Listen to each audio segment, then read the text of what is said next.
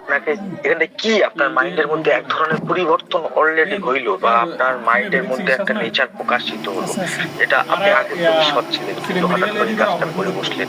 এতে করে আপনার সে মানুষটার প্রতি যে ফিলিংস, যে মানবিকতা, যে মনুষ্যত্ব বোধ বা তার প্রতি যে একটা মমতা দেখানো আপনার দরকার ছিল, সেটা আপনি দেখালেন না। এর ফলে আপনার হৃদয়ের মধ্যে, আপনার মাইন্ডের মধ্যে এক ধরনের প্রভাব ক্রিয়েট করলো, এবং এটা আপনার মনুষ্য যে চিন্তা বা চেতনা আছে, সেই চেতনার জায়গায় গিয়ে একটা ক্ষত সৃষ্টি করলো। এইরকম কয়েকবার করতে করতে করতে করতে করতে করতে না, আপনি মানুষের প্রতি যে মায়া মমতা, যে একটা কেয়ারিং ব্যাপার, বা যে একটা আন্তরিকতার ব্যাপার যেটা আপনার দেখাচ্ছিলেন না, সেটা আস্তে আস্তে আপনার মধ্যে থেকে উধাও হওয়া শুরু হবে, এবং আপনার মধ্যে একটা হার্টেড, অর্থাৎ খুবই শক্ত একটা মন আপনার মধ্যে ক্রিয়েট করবে। অথচ দেখেন, ঘটনাটা খুবই সামান্য, এটা কিন্তু খুব বড় অপরাধ না। একটা ডাক্তার একজনের কাছে 2000 টাকা ভিজিট নিতে পারে, ইজিলি ব্যাপার। কিন্তু এই সামান্য জিনিসটা আপনার মনের মধ্যে গিয়ে আপনাকে একটা অমানবিক, সেখান থেকে ক্রুয়ালিটির একটা জন্ম দিবে। একটা এরকম কয়েকবার ঘটনা করতে করতে মানুষের কষ্ট, দুঃখ, দুর্দশায় যে আপনার যে একটা ফিলিংস বা কোমল অনুভূতি ছিল, সেটা কিন্তু নষ্ট হয়ে যায়। এবং বেশিরভাগ ডাক্তারদের এই যে কোমল হৃদয়টা কিন্তু নষ্ট হয়ে যায়, ফলে তারা মানুষকে, পেশেন্টকে গরু ছাগলের মতো ট্রিটমেন্ট করে। তো সত্যিকারের নরমাল কি জিনিস আর সত্যিকারের অ্যাবনর্মাল কি জিনিস, এটা জানতে গেলে আমাদের রিলিজিয়াসের সাহারা নিতে হবে। কেননা একমাত্র তার সৃষ্টিকর্তাই বলতে পারে যে কোনটা স্বাভাবিক আর কোনটা অস্বাভাবিক, মানুষের মধ্যে কোনটা স্বাভাবিক আর কোনটা অস্বাভাবিক,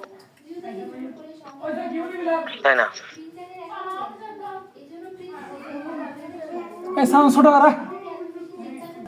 যেরকম টাইপের প্রত্যেকটা জিনিস আপনি দেখেন, ওজনে কম দেওয়া, মানুষের কাছে অবৈধভাবে টাকা নেওয়া,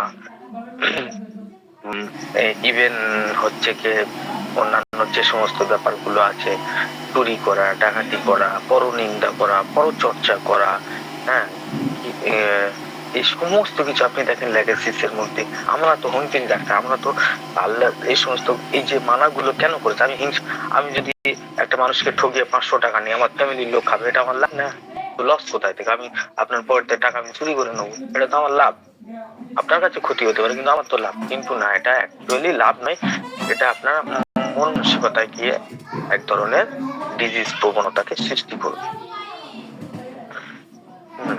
তো যেমন হচ্ছে আমরা দেখেন লেকেসিস এর মধ্যে দেখেন, আমরা লেকেসিস কি মানে জেলেসি ক্রিয়েট করে।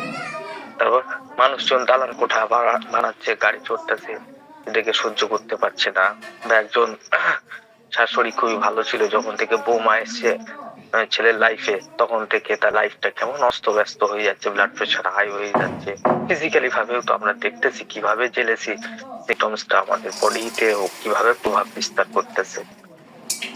আমাদের যে ফ্রিডম, আমাদের মাইন্ডের যে একটা ফ্রিডম, সেই ফ্রিডমকে কিভাবে কেড়ে নিচ্ছে। মন মানসিকতা যে সরলতা, স্বচ্ছতা, এটার মধ্যে কিভাবে হানি পৌঁছাচ্ছে। একটা গীবতকারী মানুষ যে 24 ঘন্টা মানুষের পর সমালোচনা করে, আপনি তার সারাটা দিনের লাইফ হিস্ট্রি বা তাকে নিয়ে সামনে বসিয়ে তাকে জিজ্ঞাসা করেন সে কতটুকু মনের মধ্যে তৃপ্তি বোধ করছে, গ্র্যাটিফাইড কতটুকু হইতেছে, রাইট? এই যে ক্যালকেরিয়া কার্ভের মধ্যে ইনসিকিউরিটি এতটা পরিমাণে ডেভেলপ করেছে, এই ইনসিকিউরিটির পিছনে কারণ কি? এতটা ইনসিকিউর হওয়াটা কি জীবনে উচিত? তাহলে সেখানটায় যদি তার বিশ্বাসটা, ক্যালকেরিয়া কার্ভের পেশেন্টের যদি আল্লাহর প্রতি যথেষ্ট পরিমাণে ফেথ বা বিশ্বাস রাখে, এবং সে যদি মনে করে যে এই পৃথিবীতে আমাকে কেউ নিয়ে আসেনি, আমাকে একজন পাঠিয়েছে, তার ইশারায় চলে যেতে হবে, সমস্ত কিছু এই পৃথিবীতে পড়ে থাকবে, এই একটা সেন্স মাথায় আসে, এতদিন পর্যন্ত আল্লাহ তা চালাইছে, শেষ পর্যন্ত তাকে চালিয়ে নিয়ে যাবে। অর্থাৎ না, তোমাকে অতীত, তোমার আল্লাহ তোমাকে ছেড়ে দিয়েছে, তুমি যতই পাপ করেছো, যাই করেছো, অতীতেও সেই জন্মের মুহূর্তে যখন তুমি খেতে পর্যন্ত পারতে না নিজের ইচ্ছায়, তখনও তোমারে খাইয়েছে। এবং এবং আজকে যে স্টেজে আছে, এর পরবর্তী যে সিচুয়েশন, বর্তমান যে পরিস্থিতি আছে, তার পরবর্তী সিচুয়েশনেও তিনি তোমাকে পালন করবে। না তোমাকে তোমার আল্লাহ ছেড়ে দিয়েছে, ডাক মানে ছেড়ে দেওয়া, আর নাহি তোমাকে প্রত্যাখ্যান করেছে। এই বিশ্বাসটা যদি কোনো রোগীর মাইন্ডের মধ্যে থাকে, তাহলে সে কি খুব অস্থির হতে পারবে? কি ক্যালকেরিয়া কার্ডের মধ্যে গিয়েও সে কি নিজের বিশ্বাসের জোরে বেঁচে থাকবে না? তো প্রত্যেকটা মেডিসিনে হায়সি অবস্থা কি পরিমাণে সন্দেহবাতিক মন নিয়ে সে ঘুরে বেড়া করে, মনে করে পৃথিবীর মানুষ তার মারা ফেলার চেষ্টা করতেছে, পয়জন বিং পয়জন, তাই না? তো এই সমস্ত স্পিরিচুয়ালিটির সাথে যখন বাচ্চা থাকবেন, তখন কিন্তু আপনার মধ্যে অতটা স্পিরিচুয়ালিটি থাকে না, কিন্তু যখন আপনি বুঝতার বা সমজদার হয়ে যাবেন, তখন স্পিরিচুয়ালিটি বা আল্লাহর সঙ্গে কানেকশন বলুন আর যাই বলুন, একটা কানেকশন যদি ক্রিয়েট না হয়, তাহলে কিন্তু মনের মধ্যে যে স্বাধীনতা, নানান ধরনের প্রশ্ন, নানান ধরনের অনিশ্চয়তা, নিজের অস্তিত্বের সম্পর্কে নানান ধরনের সংকট, নিজের লক্ষ্য সম্পর্কে অনভিজ্ঞ, অজ্ঞতা, এই সমস্ত কিছু মিলে লাইফে আপনি যাই কিছু সবকিছু প্রাপ্তি হওয়ার পরে আপনি কিন্তু শান্তিতে থাকবেন না, মনের মধ্যে ফ্রিডম আসবে না। কারণ মানুষ মাত্র নির্ভরশীল, সে খুব ভালো করেই জানে যে আমি কতটা নির্ভরশীল, আর তার যদি কোনো সমস্যা না হইতো তাহলে একটা আলাদা কথা, তার নানান ধরনের সমস্যা আছে। আর এই নির্ভরশীলতা থেকে বড় নির্ভরশীলতা আসাটা খুব স্বাভাবিক ব্যাপার, এবং এই বড় নির্ভরশীলতা থেকে একমাত্র আল্লাহর প্রতি অগাধ বিশ্বাসী তাকে বাঁচতে পারে। তাহলে এই সমস্ত মাইন্ডের মধ্যে যে সমস্ত সিম্পটোলজি গুলো ক্রিয়েট করে, এগুলো হেলথি স্পিরিচুয়ালিটি। আমি স্পিরিচুয়ালিটি বলতে ওই সাধারণ স্পিরিচুয়ালিটি, ওই দ্বারকা মাজারে গিয়ে উঁকো ফোকা স্পিরিচুয়ালিটি, ওই সমস্ত স্পিরিচুয়ালিটির কথা বলতেছি না। একটা আল্লাহর সাথে সত্যিকারের একটা বন্ডিং সৃষ্টিকর্তা এবং সৃষ্টিজীবের মধ্যে একটা রিলেশন, এটাকে বলতেছি। এবং এই রিলেশনটাকে মজবুত করতে হবে শুধুমাত্র কিছু আনুষ্ঠানিক বা সেগুলো তো অবশ্যই দরকার, আনুষ্ঠানিক কীর্তিকলাপের দ্বারা নয়, নিজের অভ্যাসের দ্বারা, নিজের চরিত্রের দ্বারা, নিজের বিশ্বাসের দ্বারা, নিজের থিঙ্কিং এর দ্বারা এইটা ক্রিয়েট করতে হবে। জিকির মানে ওই মজলিসে গিয়ে নাচানাচি করা নয়, জিকির মানে আল্লাহকে স্মরণ করা, তাকে প্রত্যেকটা কাজে ইয়াকা নাবুদু ওয়া ইয়াকা নাস্তাঈন, অর্থাৎ তাকে মনে করা যে সত্যিকারের তিনি তোমাকে মানে অবশ্যই আমরা তার কাছেই হেল্প চাইবো এবং তার ইবাদত করবো। একমাত্র এইরকম সেন্সের মাধ্যমে নিজেকে স্টেবল করা, নিজের লাইফকে বোঝা, এগুলো আন্ডারস্ট্যান্ডিং করা। আর না হলে যদি একটা মানুষের মধ্যে সবকিছু মাইন্ড থাকে, সবকিছু থাকে, স্পিরিচুয়ালিটি কানেকশন না থাকে, তাহলে কিন্তু সে দুনিয়ার নানান ধরনের পেরেশানির মধ্যে নিজেকে আবদ্ধ অবস্থায় পাবে, তখন তার আত্মার মুক্তি হবে না, নানান ধরনের সমস্যার মধ্যে জর্জরিত এবং বন্ধনে যুক্ত হয়ে যাবে, এবং সেগুলো মেটেরিয়ালিস্টিক বন্ধন, এবং এই বন্ধনগুলো বেশিরভাগ ক্ষেত্রে যারা ঈশ্বরে বিশ্বাসী নয়, অর্থাৎ যারা নাস্তিক, তাদের মধ্যে কাজ করে।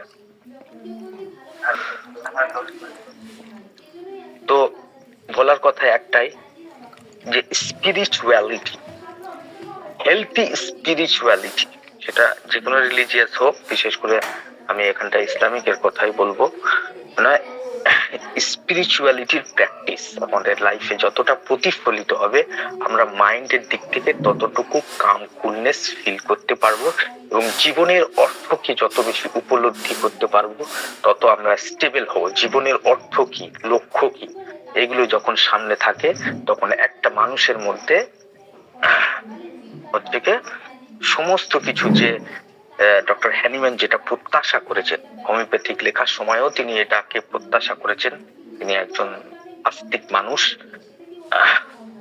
তিনি বলেছেন যে কেন আমরা হেলদি থাকবো এবং কেন আমরা মাইন্ডের দিক থেকে সমস্ত কিছু থেকে মুক্ত থাকবো, মেটেরিয়ালিস্টিক বন্ধন থেকে কেন মুক্ত থাকবো, কেননা যখনই আমরা সর্বোচ্চ সুস্থতার মধ্যে থাকবো, মানসিক এবং শারীরিক সুস্থতার মধ্যে থাকবো, তখনই মানুষের যে এবিলিটি চরম প্রকাশ পায়। অর্থাৎ একটা মানুষকে যেমন মানুষের কাছে উপরওয়ালার কিছু আবেদন আছে বা তাকে পাঠানোর একটা উদ্দেশ্য আছে যে তার দ্বারা সর্বোচ্চ মঙ্গলটা এই পৃথিবীতে ঘটুক, আর সেই সর্বোচ্চ মঙ্গল ঘটানোর জন্য, এবিলিটির বিকাশের জন্য সমস্ত মানসিক বাধা এবং শারীরিক বাধা থেকে মুক্ত করে তাকে একটা লাইফ প্রদান করা, যাতে সে তার জীবনের বেস্টটা দিতে পারে, সেটা সর্বক্ষেত্রে জীবনের বেস্টটুকু যেন দিতে পারে।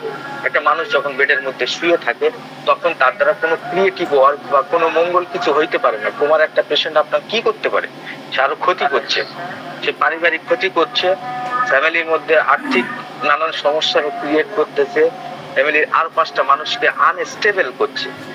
কিন্তু যদি সে কোমার স্টেজে না থাকতো তাহলে তার দ্বারা কমপক্ষে তার পরিবারকে উপকার পেত।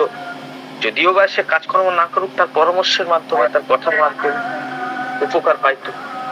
তো হোমিওপ্যাথিরও টার্গেট ঠিক সেইটাই, আর ডক্টর হ্যানিম্যান সেটাই ভাইটাল ফোর্সের নিচের দিকে উল্লেখ করেছেন যে মানুষকে তার চরম উৎকর্ষ লেভেলে পৌঁছানোই হচ্ছে হোমিওপ্যাথির টার্গেট। শুধু সুস্থতা নয়, সুস্থতার উপরের আরেক ধাপের কথা, এবং শুধু শারীরিক সুস্থতা নয়, মানসিক সুস্থতা পর্যন্ত প্রদানের কথা তিনি বলেছেন, যাতে করে ঈশ্বরের যে বা আল্লাহর যেটা চাওয়া বান্দার কাছে, তার মাধ্যমে সর্বোচ্চ চরম কল্যাণকর ব্যাপারগুলো মানুষের সামনে আসবে, তাই না? তো এটাই হচ্ছে এই যে উদ্দেশ্য, এই যে লক্ষ্যটা। এবং আমরা যারা মুসলমান সবাই বিশ্বাস করি যে আমাদের প্রত্যেকেই এই পৃথিবীর মধ্যে পরীক্ষার মাধ্যমে যেতে হইবে, নানান ধরনের চাপ, প্রেশার, হেন তেন সমস্ত কিছুর মধ্যে দিয়ে আমাদেরকে যেতে হবে এবং আমাদের চরম উৎকর্ষতাটাকে দেখাতে হইবে। আমি যদি 10টা মানুষকে মার্ডার করলাম, খুন করলাম, মানুষের শুধু ক্ষতি করলাম, সে কি সে পৃথিবীতে সঠিক কাজ করে গেল না? তো আমাদের যে এবিলিটি, আমাদের যে বুদ্ধিমত্তা উপরওয়ালা প্রদান করেছেন, যে স্মৃতিশক্তি প্রদান করেছেন, যে সুস্থতা প্রদান করেছেন, যে মানসিক এবিলিটি, এক একজনের এক এক রকমের যোগ্যতা, সে সমস্ত যোগ্যতার যতক্ষণ না পর্যন্ত পূর্ণ মাত্রায় বিকাশ প্রাপ্ত হয়েছে তার আগে পর্যন্ত চেষ্টা করে যাওয়া, এবং তার জন্য সুস্থ থাকাটা অবশ্যই দরকার। তো আমি নাফিল ভাইয়ের একটা প্রশ্ন নিয়ে অনেক বড় কথায় চলে গেলাম। আচ্ছা, আমরা ক্লাসটা শুরু করতে চাচ্ছিলাম। আমাদের মাঝে আব্দুর রহিম ভাইয়া উপস্থিত আছে। হ্যাঁ, আব্দুর রহিম ভাই আমাদের একটু কোরআন তেলাওয়াত করে শোনাবে ক্লাসের শুরুতেই, আর তারপর আমরা ক্লাসটাতে চলে যাব। আব্দুর রহিম ভাই কে আছেন?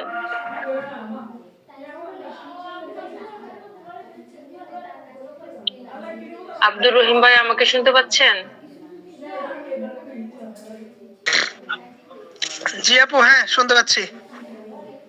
হ্যাঁ ভাইয়া, শুরু করেন। 1 মিনিট।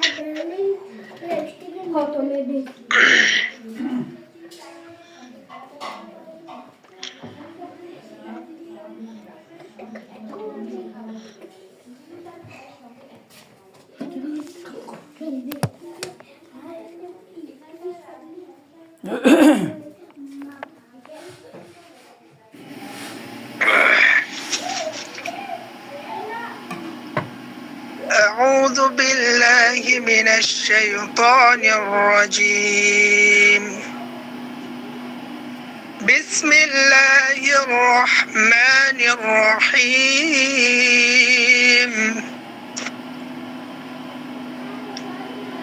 عما تساءلون عن النبأ العظيم الذي هم فيه مختلفون. كلا سيعلمون ثم كلا سيعلمون.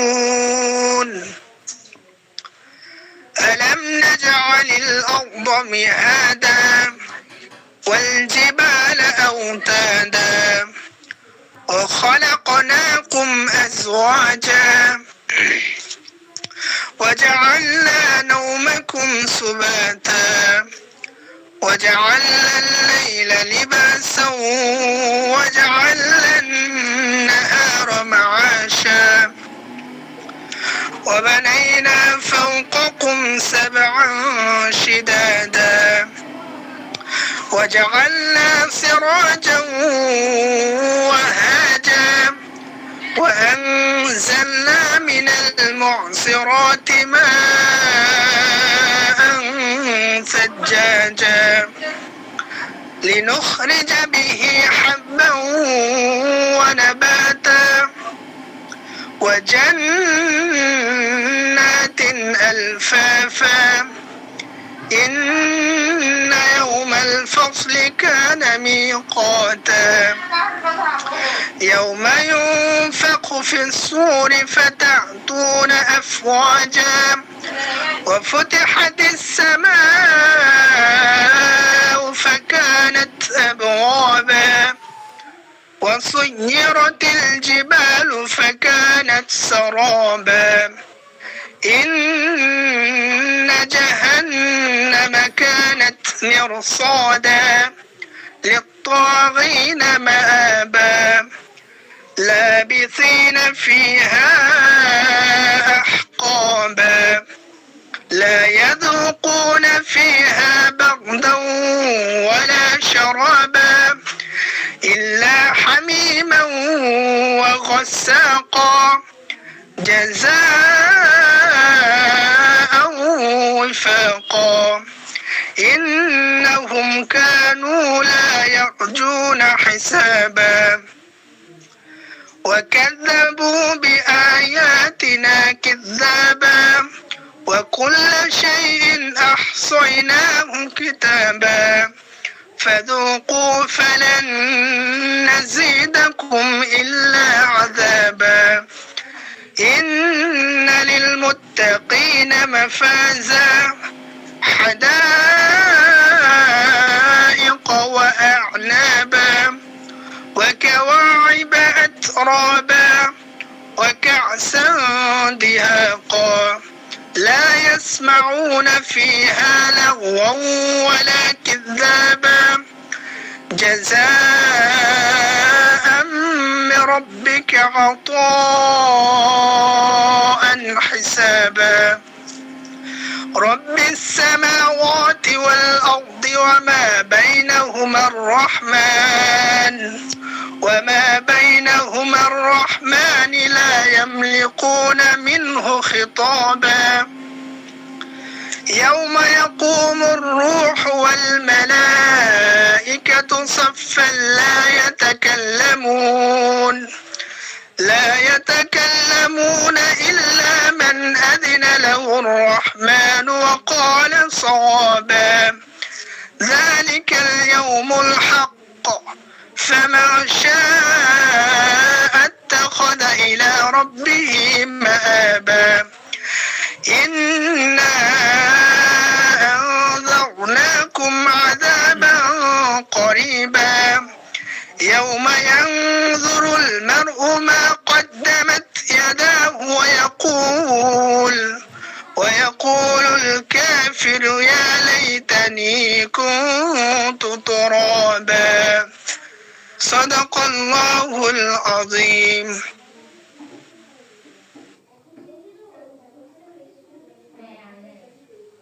মাশাআল্লাহ, অনেক সুন্দর তেলাওয়াত শুনলাম আমরা।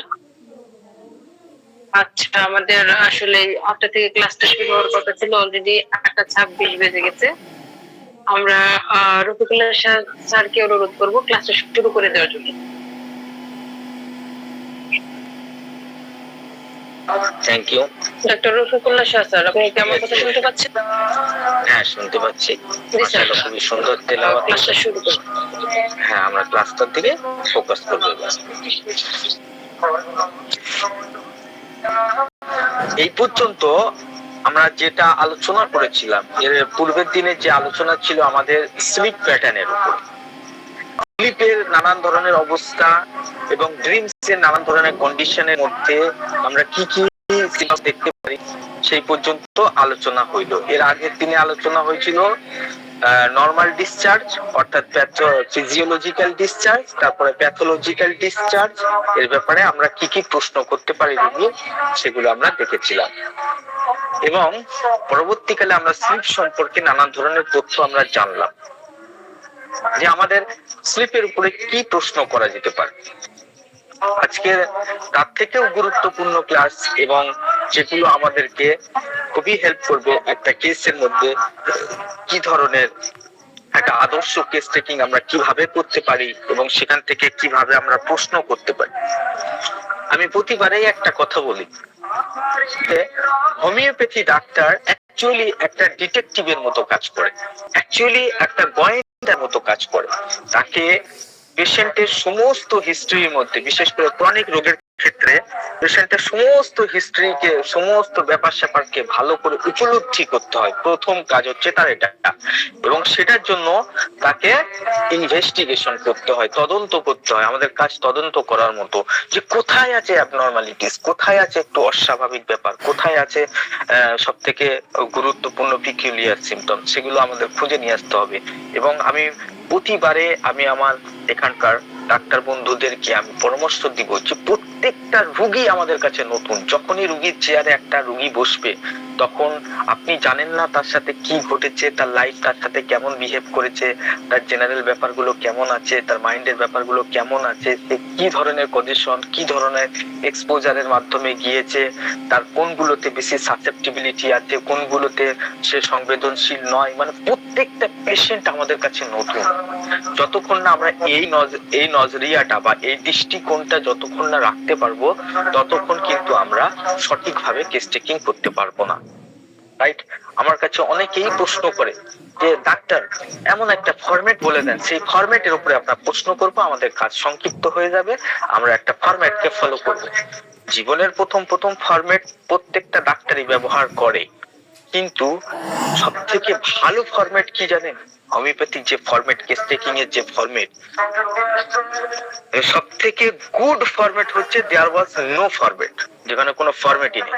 আপনি রুগীর যে কোনো জায়গা থেকে রুগীকে বলতে দেন, হ্যাঁ, সেখানটায় শুধু আপনি শোনেন এবং বোঝেন এবং প্রয়োজন মতো প্রশ্ন করেন।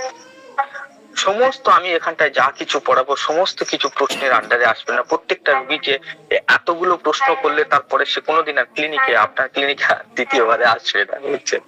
তো যেখানটায় আপনি অস্বাভাবিকতা দেখবেন, যেখানটায় আপনার সন্দেহ হইবে, এরকম একটা গোয়েন্দা প্রথমে সন্দেহ করে, না মনে হচ্ছে এই ব্যাপারটা চুরিটা ও করতে পারে, কেননা ওর এক পাটি জুতো পাওয়া গেছে দরজার সামনে, হ্যাঁ, তো এরকম তাহলে মনে হচ্ছে এটা হতে পারে চুরিটাও করেছে। ঠিক ওই রকম টাইপ আমাদের যেখানে সন্দেহ হবে সেখানটা আমরা প্রশ্ন করব। কিন্তু আমরা কি প্রশ্ন করব এইখানটায় গিয়ে আমাদের কেউ শেখায় না যে কি প্রশ্নটা করলে তবে আমার এক্সাক্ট যে সিমটমসটা সেটা আমরা পেতে পারি। তো আজকের যে কোন কোন ব্যাপারে আমরা প্রশ্ন শিখবো সেটা হচ্ছে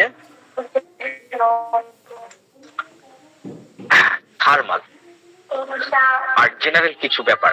জেনারেল আমরা প্রত্যেকটা ডাক্তারই জানি যে হোমিওপ্যাথিক কিছু মেডিসিন আছে খুবই চিলি মেডিসিন। যেমন চিলি মেডিসিনের নাম বললেই আমাদের মনের মধ্যে চলে আসে সাইলোসিয়া, ক্যালকেরিয়া কাপ, ক্যালিকার্ড, আরো হাজার রকম মেডিসিন চলে আসতেছে আমাদের মনের মধ্যে, তাই না? আবার ওয়াম, খুব রোগী যদি গরম কাতর হয় সঙ্গে সঙ্গে আমাদের মনে পড়ে সালফার, সেকেলিকর, তারপরে আপনার মেডোরাইনাম, এই ধরনের অসংখ্য মেডিসিনের কথা আমাদের মনে পড়ে যায়। তো এরা হচ্ছে কি, আবার কিছু মেডিসিন আছে যারা হচ্ছে অ্যাম্বিথার্মাল, অর্থাৎ না তারা খুবই চিলি বা তারা চিলিতেও যেরকম রেসপন্স করে হটেও তেমন রেসপন্স করে। যেমন মার্কসলের কথা আমরা প্রত্যেকেই জানি, এটা একটা অ্যাম্বিথার্মাল মেডিসিন। তো আপনি রোগীকে প্রশ্ন করেন যে আর পাঁচজনের থেকে আপনার ঠান্ডার অনুভূতিটা কেমন, আপনার গরমের অনুভূতিটা কেমন। এই অনুভূতির কথা বললে জেনারেলাইজ প্রশ্ন হয়। বাড়িতে যে পাঁচজন থাকে তাদের থেকে আপনার বেশি গরম লাগে না আপনার বেশি ঠান্ডা লাগে, আর 5 জনের এই যেরকম শীতকাল চলতেছে, এখন যদি আপনি প্রত্যেকটা রোগীকে জিজ্ঞাসা করেন, সবাই বলবে আমাদের তো শীত সহ্য হয় না। কিন্তু আপনি যদি এরকম প্রশ্ন করেন বাড়ির আর 5 জনের থেকে আপনার চিলিনেস কতটুকু বা আপনার শীত কতটা লাগে, হ্যাঁ, যদি সেটুকুও না বুঝে তাহলে কতটুকু সে কাভারিং করে আসছে আপনি দেখেন। আপনার ক্লিনিকে প্রত্যেকটা রোগী সমান ভাবে আসবে না, কেউ দেখবে 2টা 3টা 6টার পরে, তার উপরে চাদর দিয়ে, তার উপরে মুখ ঢেকে, তার উপরে রুমাল টুপি ব্যবহার করে, আরো কত রকম কোয়ালিটির পেশেন্ট আসে।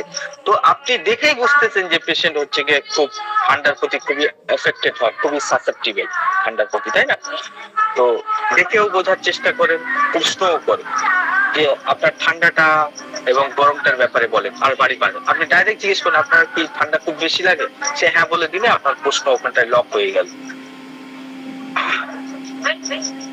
আপনি যখন এই ঠান্ডার থার্মাল রিঅ্যাকশনের কথা জানতে চাইবেন, তখন অবশ্যই আপনি প্রশ্ন করেন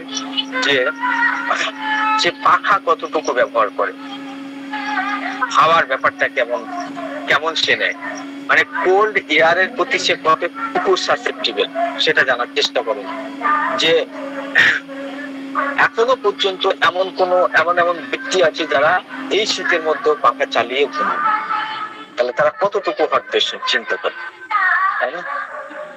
এসির ব্যবহার সম্পর্কে আপনি জানার চেষ্টা করেন। আর কি মাধ্যমে থার্মাল বেরোতে পারে, শুধু ঠান্ডা বেশি লাগে গরম বেশি লাগে বললেই হবে না, আপনি পাখার ব্যাপারে হাওয়ার ব্যাপারে জিজ্ঞাসা করেন, রাইট? আপনি জিজ্ঞাসা করেন পেশেন্টকে যে সে কাভারিং কতটুকু ইউজ করে, অর্থাৎ সে বিছানায় শুতে গেলে কোনো কাঁথা টাইপের জিনিস বা লেপ টেপ কিছু চায় কিনা। আমার একটা কম্পাউন্ডার আছে, সে প্রচন্ড গরমের মধ্যেও লেপ মুড়ি দিয়ে শুয়ে থাকে, কম্বল মুড়ি দিয়ে শুয়ে থাকে, তাহলে সেটা কতটা পর্যায়ে চিলিনেস আপনি চিন্তা করেন। আপনি মানে যত গ্রেড আছে শেষ পর্যন্ত দিয়ে দেন +4 +3, হ্যাঁ, এরকম দিয়ে দেন যে সে গরমের মধ্যেও কম্বল পড়তে ভালোবাসে, চাদর গায়ে দিয়ে থাকে। যেমন তো থার্মালের মধ্যে আমরা হাওয়ার ব্যাপারটা জিজ্ঞেস করব, আমরা কাভারিং এর ব্যাপারে জিজ্ঞেস করব, আর কি ব্যাপারে জিজ্ঞেস করলে ঠান্ডার ব্যাপারে ভালোভাবে মানে আমরা বুঝতে পারবো। আপনি তার স্নান করার ব্যাপারে চেষ্টা করুন, আর শীতকালে তো স্নানের ব্যাপারে অবশ্যই জিজ্ঞেস করবো, তাই না? যে আপনার কি প্রতিদিন, এরকম জিজ্ঞেস করবেন না যে আপনি গোসল করেন না, এরকম জিজ্ঞেস করবেন না, রেগে যাবে বুঝছেন। ডাক্তার দেখো আমার মন, আপনি তারা সুন্দর করে জিজ্ঞাসা করেন যে আপনি প্রতিদিন গোসল হয় আপনার, নাকি না আপনার 2-4 দিন বাদে বাদে করতে ভালোবাসেন এরকম শব্দ ব্যবহার করে, রাইট? এবং প্রশ্ন উত্তর সে অবশ্যই বলবে আপনার, রাইট? থার্মাল রিঅ্যাকশন কি আমরা 3টে ভাগে বিভক্ত করে জানতে পারি। 1 নম্বর, সে কতটা অনুভূতি করছে, বাতাসে সে কতটুকু অনুভূতি করছে, ব্রিথিং এর মাধ্যমে সে কতটুকু অনুভূতি করছে, রাইট, অনুভব করছে। আজকের কিন্তু জেনারেল প্রশ্ন, আপনার কোনো ব্যথা যন্ত্রণা ঠান্ডায় বা গরমে আরাম হইতেছে, সেটা কিন্তু পার্টিকুলার ব্যাপার হইতে পারে, যেমন মাথা যন্ত্রণা গরম জল দিলে ভালো লাগে, ঠান্ডা পানি দিলে ভালো লাগে, এরকম ব্যাপার। কিন্তু এটা একটা লোকাল অর্গান হয়ে গেল, প্রপার শরীরের উপরে। থার্মাল রিঅ্যাকশনটাকে আমাদেরকে ভালো করে ভেরিফাইড হইতে হবে, 3টে স্টেজ থেকে ভেরিফাইড হইতে হবে, রাইট? কোন জিনিসের প্রতি তার এক্সট্রা সাসেপ্টিবিলিটি আছে কিনা সেটা দেখেন। কোল্ড এয়ারের প্রতি তার কতটুকু সাসেপ্টিবিলিটি আছে, যে ঠান্ডা বাতাস, ডাক্তার আমি যদি এই বাইকের মধ্যে আমি যদি একটু গাড়ি চালাই, আমার সঙ্গে সঙ্গে সর্দি চলে আসবে, আমার সঙ্গে সঙ্গে মাথা যন্ত্রণা চলে আসবে, এরকম অনেক পেশেন্ট আছে। ড্রাফট অফ এয়ারের ব্যাপারে, মানে ড্রাফট অফ এয়ার বলতে আমরা এখানটায় ফ্যান বুঝতে পারি, ফ্যানিং ডিজায়ার তার কতটুকু আছে, হ্যাঁ, ফ্যানের হাওয়া খেলে অসুস্থ লাগে কিনা। আমাকে অনেক রোগী এমন বলেছে যে আমি ক্লিনিকে দেখেছি যে তারা বলে যদি পাখা চালিয়ে রাখে, হ্যাঁ, তাহলে তারা সহ্য করতে পারে না, মানে যতই গরম থাক, কিন্তু পাখা চালালে তার শরীরের মধ্যে অস্বাভাবিক মানে প্রচন্ড শীত লাগে, কি কষ্ট হয়, বলে কষ্ট হয় ডাক্তার, এরকম শব্দ ব্যবহার করে, কষ্ট হয়, আমি ফ্যান চালাতে পারি না, ফ্যান চালালে আমার কষ্ট বেড়ে যায়। আমার মাও এরকম ছিল, যতই গরম হোক ফ্যান চালাবে না। কেন? তাহলে এখানটা থেকে আমরা বুঝতে পারছি এখানটায় ড্রাফট সেন্সিটিভিটি আছে। এবার ওপেন এয়ার ঠিক আছে, সে বাইরে খোলামেলা বাতাসে ঠিক আছে, ওকে। এয়ার ওপেন একটা আলাদা ব্যাপার, হ্যাঁ, যেখানে বাতাস পূর্ণ জায়গা, যেমন ঘরের থেকে বাইরে বেশি অক্সিজেন আছে বা ওপেন এয়ার আছে।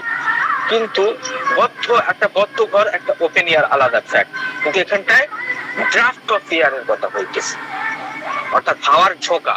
তো সেটা ফ্যানের মাধ্যমে, কুলারের মাধ্যমে ক্রিয়েট হয়। অনেকে ফ্যান ছাড়া থাকতে পারে না, আবার অনেক রোগী আপনি দেখবেন যে তার হচ্ছে কি ফ্যানের হাওয়া টোটালি অ্যাভারশন, তার একদমই ভালো লাগে না। আবার অনেক ব্যক্তি এরকম আছে যে সে শুধুমাত্র, এরকমও আছে যে আমার কাছে একটা পেশেন্ট ছিল বাতের ব্যথার জন্য, তার ডান পাটায় শুধু যন্ত্রণা হয় আর সে শুধু ডান পাটা চাপা দিয়ে বাতাস খায়। কেন রে ভাই? বলছে ডাক্তার পায়ে হাওয়া লাগলে না ব্যথা যন্ত্রণা অনেক বেড়ে যাবে। রাইট? আমার কথা শোনা যাচ্ছে তো? আমি কিন্তু লিংকের বাইরে আছি না, মানে আমি তো শো করছি, ওই জন্য কেটে গেলে বলবে না। হ্যালো নাফিল ভাই, শোনা যাচ্ছে? জি স্যার, শোনা যাচ্ছে স্যার। ওকে। কিছু কিছু ব্যক্তি আছে যারা আবার গোসল করতে ভালোবাসে, গোসল খুব ভালো করে করে, পুকুরে নেমে স্নান করে, কলের জলে গোসল করে, কিন্তু বৃষ্টির ফোঁটা তার সহ্য হয় না। তার মধ্যে আমি অন্যতম। আমার একদম বৃষ্টির ফোঁটা পড়লে আমার শরীরে গন্ডগোল সৃষ্টি হবে। তো তো রেইন বা মানে বৃষ্টিটা আর কি সে নিতে পারে না। কোন কোন ব্যক্তি আছে যাদের মধ্যে উইন্টারের সাসেপ্টিবিলিটি আছে। শীতকাল আসলে তা হাজার রকমের ব্যায়াম শুরু হবে, ইভেন স্কিনের মধ্যে ইরাপশন, যেমন আমরা পেট্রোলিয়ামের কথা মনে করতে পারি, তাই না? তো এবং তারা শীতটাকে খুবই কষ্টের সাথে সহ্য করে, শীতের মধ্যে তার সমস্ত কষ্ট বাড়ে, ইভেন সে শীতটাকে সহ্যও করতে পারে না, এরকম ব্যক্তি আছে। কোন কোন ব্যক্তি এমনও আমার ক্লিনিকে আসছে, বিশেষ করে আমরা যদি নেট্টামিওর, গ্লোনিয়ন এই সমস্ত মেডিসিন গুলোর দিকে দেখি, এরা কিন্তু প্রচুর পরিমাণে সাসেপ্টিবল কিসের প্রতি? সূর্যের প্রতি, সূর্যের আলোর প্রতি, heat of sun. Heat of sun কে সে নিতে পারে না। অ্যান্টিয়াম ক্রুডও তার মধ্যে উল্লেখ হয়। অ্যান্টিয়াম ক্রুড এর মধ্যে আমরা দেখি যে এই যে দুপুরের যে প্রচন্ড পরিমাণে মানে ধূপ বা তাপ যেটাকে বলেন বা রৌদ্রের কথা বলেন, এই রৌদ্রে ঘোরাঘুরি করে অনেকে পেটের ট্রাভেলের মধ্যে এমন ভাবে পড়ে যায়, কোনো ওষুধ তাকে ঠিক করতে পারে না।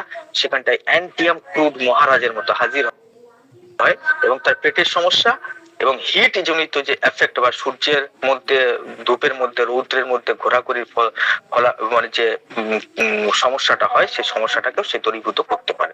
তো হিট অফ সান, বিশেষ করে গ্লোনিয়নে দেখেন আপনি, এটা যদিও লোকাল কিন্তু তারপরে খুব ইম্পর্টেন্ট, পুরো বডির মধ্যে এফেক্ট করতে পারে। যে গ্লোনিয়ন, আপনি গ্লোনিয়ন মেডিসিনটার দিকে তাকিয়ে দেখেন প্লিজ, দেখেন একটু সূর্যের আলো যাচ্ছে মাথা যন্ত্রণার সৃষ্টি হয়ে যাচ্ছে, আবার ছাওয়ার মধ্যে চলে আসছে মাথা যন্ত্রণা কমে যাচ্ছে, আবার সূর্যের ধূপের মধ্যে যাচ্ছে বেড়ে যাচ্ছে, আবার ছাওয়ার মধ্যে চলে আসতেছে আরাম হয়ে যাচ্ছে। এই সিমটমস এর উপর বেস করে আমি একটা রোগী দেখেছিলাম 2018 সালে, এবং তার ভয়ঙ্কর ধরনের ডিসমেনোরিয়াও ছিল, পেটেন ছিল, এবং সে আমাকে বলছে ডাক্তার আমি যখন হসপিটালে ওষুধ নিতে যাচ্ছিলাম, ওই যেটুকু সময় রোদের মধ্যে যাচ্ছিলাম কষ্ট লাগছিল, যখন লাইনে দাঁড়ালেন তখন বলেন না, লাইনে দাঁড়ালাম তখন দেখলাম একটু মাথা ব্যথাটা কমলো, ওইটুকু থেকে আমার গাইডিং হয়ে গেছে। আরো কয়েকটা সিমটম ছিল। তো গ্লোনিয়ন দেওয়ার পরে শুধু তার মাথার যন্ত্রণা কমেনি, তার ডিসমেনোরিয়া প্রবলেম সলভ হয়ে গেছে। তাহলে হিট অফ সানের প্রতি তার কতটা সাসেপ্টিবিলিটি, কতটা তার মধ্যে এফেক্ট করছে। নেট্টামিওরের তো মাথা যন্ত্রণা রোদের মধ্যে ঘুরলে তো বেশি হয়, তাই না? একটা কেস ছিল, ব্যাঙ্গালোর থেকে একটা পেশেন্ট ফিরত এসেছিল, আমার খুবই মনে আছে, এটা আমার 2018 সালে কেস, লকডাউনের আগে। তার পেটের মধ্যে হুড় নানান ধরনের সমস্যা, ভালো করে খাইতে পারে না, ইয়ে করতে পারে না, রাজমিস্ত্রি লোক, রাইট? আর রিসেন্ট একটা কেস আছে ঠিক ওই একই রাজমিস্ত্রির কেস, তার মাথার যন্ত্রণা, পেটের গ্যাস্ট্রিক, নানান ধরনের প্রবলেম আছে, রাইট? তো এই দুইটা কেসের মধ্যে ফার্স্টে লাইকোপোডিয়াম দিয়েছিলাম কিন্তু নো রিলিফ, দেন আমি জানার চেষ্টা করলাম যে সমস্যা কবে থেকে সৃষ্টি হয়েছে। দেন আমি পৌঁছালাম যে ব্যাঙ্গালোরে যখন সে থাকতো, রাজমিস্ত্রির কাজ করতো, প্রচন্ড ধূপের মধ্যে, প্রচন্ড রোদের মধ্যে তাকে কাজ করতে হয়েছে, দুপুরের রোদ তার মাথার উপর দিয়ে গিয়েছে এবং এসেছে। এরপরে হ্যাঁ ঘুরতে ঘুরতে নানা জায়গায় রোদের সময় তার নানা ধরনের কাজ কারবার থাকে, মিস্ত্রি লোক। এরপরে সে ভয়ঙ্কর ভাবে পেটের টাওয়েলের মধ্যে দিয়ে যাচ্ছে এবং আমার সাথে অনেক কিছু হয়। অ্যান্টিয়াম গ্রুপ তাকে কতটা রিলিফ দিয়েছে। হিট অফ সান,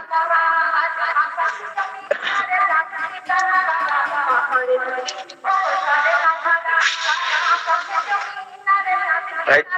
এবং এই যে রাজমিস্ত্রির কথা বলছি ওখানটায়, এটা যেটা রিসেন্ট কেস, সেও ঠিক ওই রকম টাইপের রোদের মধ্যে কাজ করে আর প্রচন্ড ঠান্ডা জলে গিয়ে গামছা দিয়ে গা মুছিয়ে মুছিয়ে কাজ করে। হ্যাঁ, ফলে তার মাথার মধ্যে এমন একটা যন্ত্রণা, গ্যাস তো আছে, মাথার পিছনের দিকে এমন একটা সমস্যা হয়েছে, মাথা ভারী হয়ে থাকে, মাথা তুলতে পারে না, মাথার ঘাড়ের স্পন্ডালাইটিস এর মতো ব্যাপার স্যাপার গুলো চলে এসছে, ঘাড় ঠিকঠাক ভাবে কাজ করতেছে না, ঘাড়ের চারপাশে মানে মানে ঘাড়টা লক হয়ে গেছে, এরকম টাইপের তার ফিলিং হয়।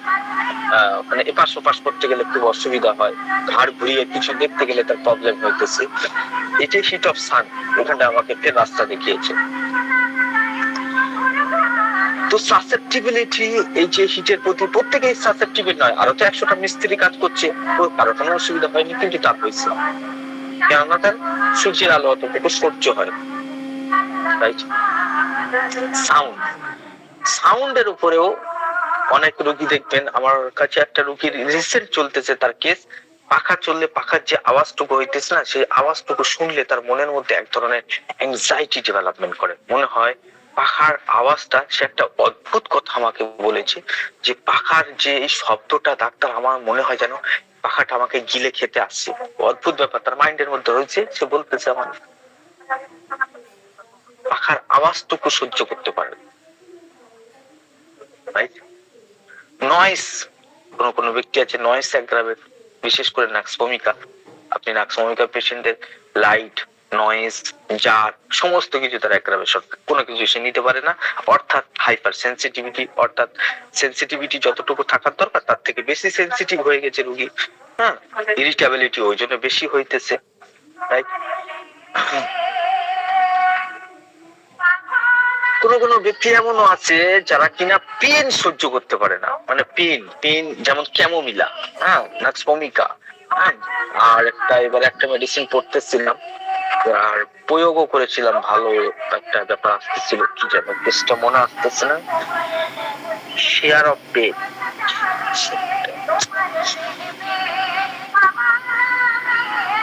সেখানে একটা অদ্ভুত মেডিসিন দিয়েছে যেটা আমি কখনো প্রেসক্রাইব করি।